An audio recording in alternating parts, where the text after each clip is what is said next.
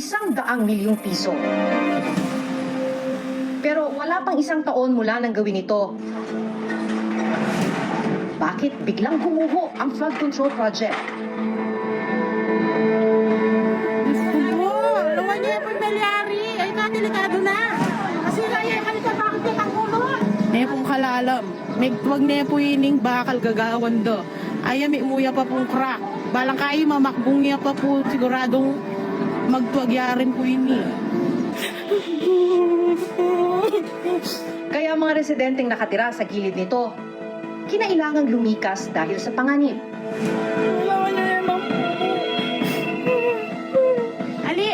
Ali na kayo babatutod ken, delikado po to. Pating balay manakbag.